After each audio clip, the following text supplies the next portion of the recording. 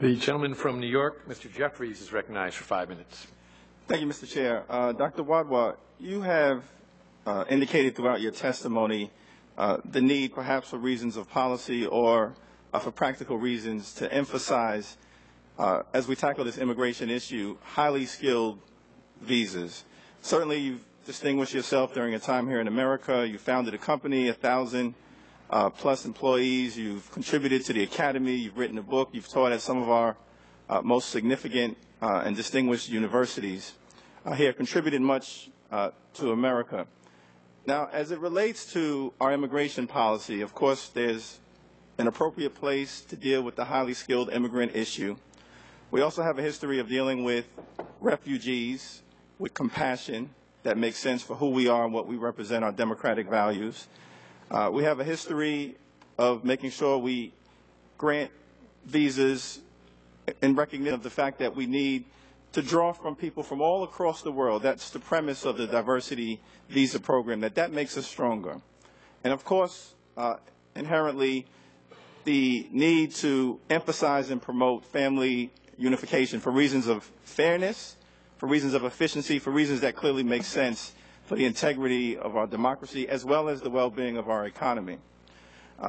The gentlelady from California already has made the point that some of the most significant startup companies, the Silicon Valley success stories, were started by immigrants, whether that's Yahoo or whether that's Google, whether that's eBay, Intel, who did not come into this country through the highly skilled immigrant visa program, but through other means of immigration. Now, I think you gave an interview on November 20th, 2012, to a publication at the Wharton School of Business, very distinguished school in Pennsylvania, where you stated, "I was in New York in the 1960s as a child, and being in America is quite an experience. I left in the late 60s, but I'd always wanted to come back. The first chance I got was in 1980 when my father got transferred to the consulate in New York City." Would you agree, based on your own experiences here in America, that the notion of family unification, of the unit being together, has been and should continue to be an integral part of what we do as it relates to comprehensive immigration reform? Without doubt, I agree with that. There's no dispute on that.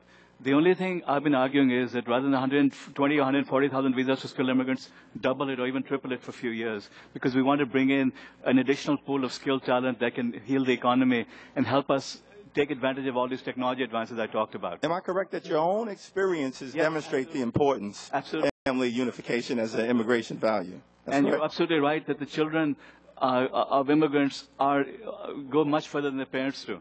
All of these things are absolutely correct. Now, there's been a little bit of balance.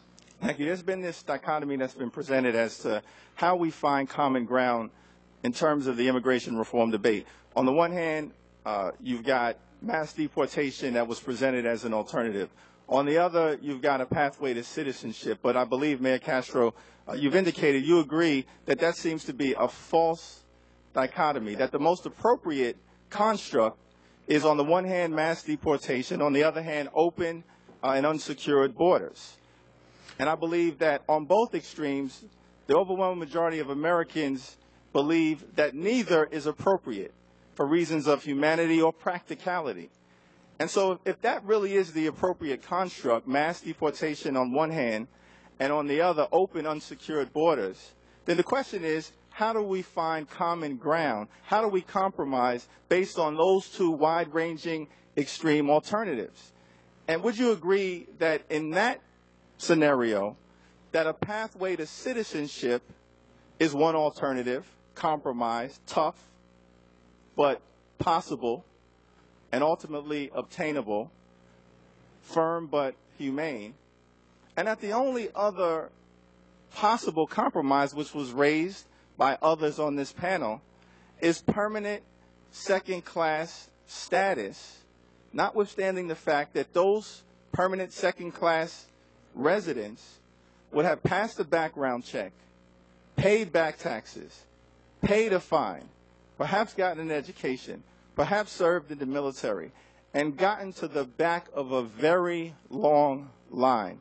Could you just comment, Mayor Castro, on those possible compromise alternatives and what seems to be most consistent with who we are as Americans? Yeah, I believe that you've laid it out well, that on the extremes you have mass deportation of 11 million people. That's not going to happen. We're not going to, on the other end, open up our borders. That's not in the national interest by any means. That the bipartisan proposal and the President's proposal represents an effective compromise, remembering that this is earned citizenship.